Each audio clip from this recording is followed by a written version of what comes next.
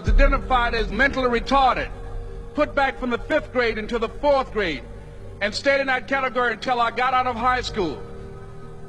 I don't have any college training, but I met a high school teacher who one day changed my life. I was waiting on another student, and when he came in, he said to me, "Young man, go to the board and write what I'm about to tell you."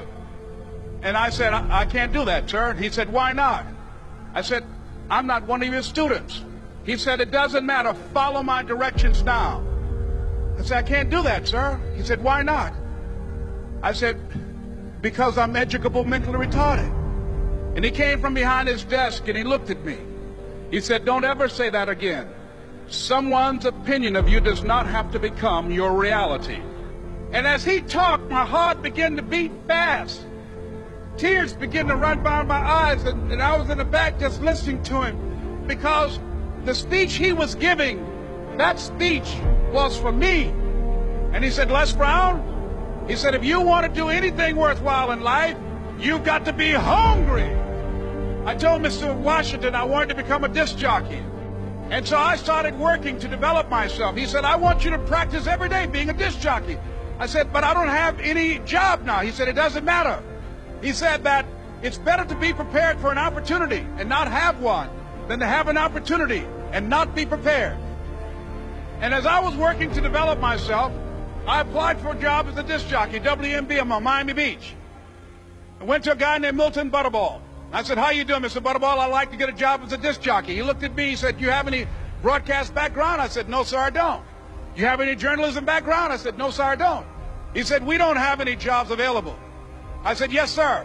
I went back to Mr. Washington and I told him. He said, "Don't take it personally." He said, "Most people are so negative, they will have to say no 7 times before they say yes." He said, "Go back again." So I went back again. I said, "How you doing, Mr. Butterball? My name is Les Brown." He said, "I know what your name is. What do you want?" I said, "I'd like to know whether or not you have any jobs at disc jockey, sir." He said, "Didn't I just tell you yesterday we didn't have any jobs?"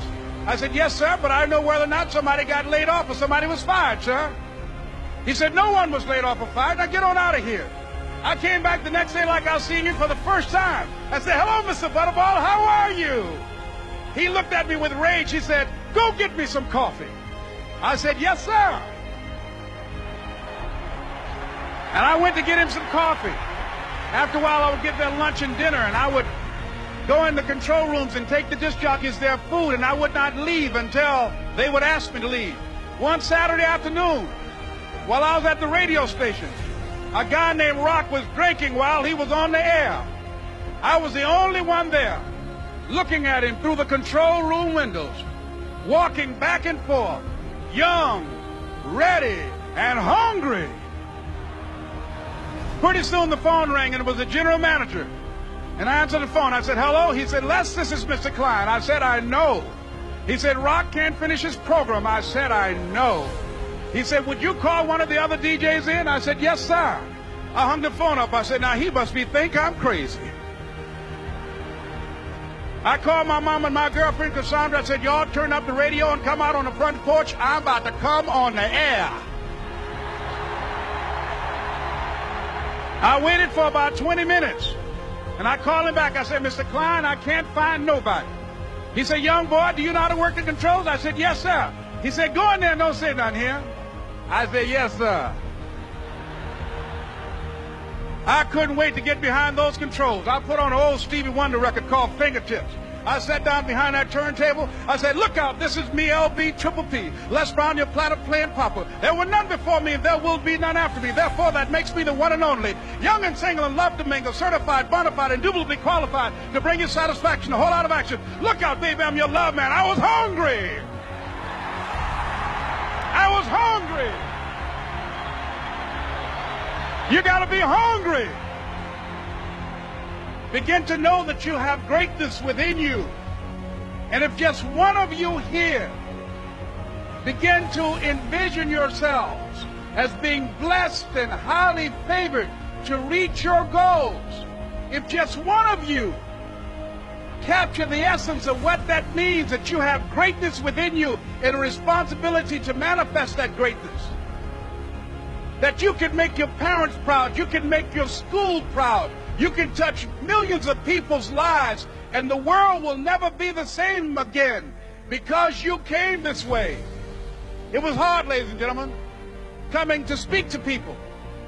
And I was facing financial difficulties in my own life. I was behind on my bills and my dreams, and I'm saying to them, you can live your dream. It was hard, ladies and gentlemen. It was very difficult to pick myself up each day believing that I could do it. There were times that I doubted myself. I used to ask myself, can I do this? And something said within me, you're the one. Don't give up on your dream. By continuing to push forward, by continuing to run toward my dream, that one day I would have my own talk show.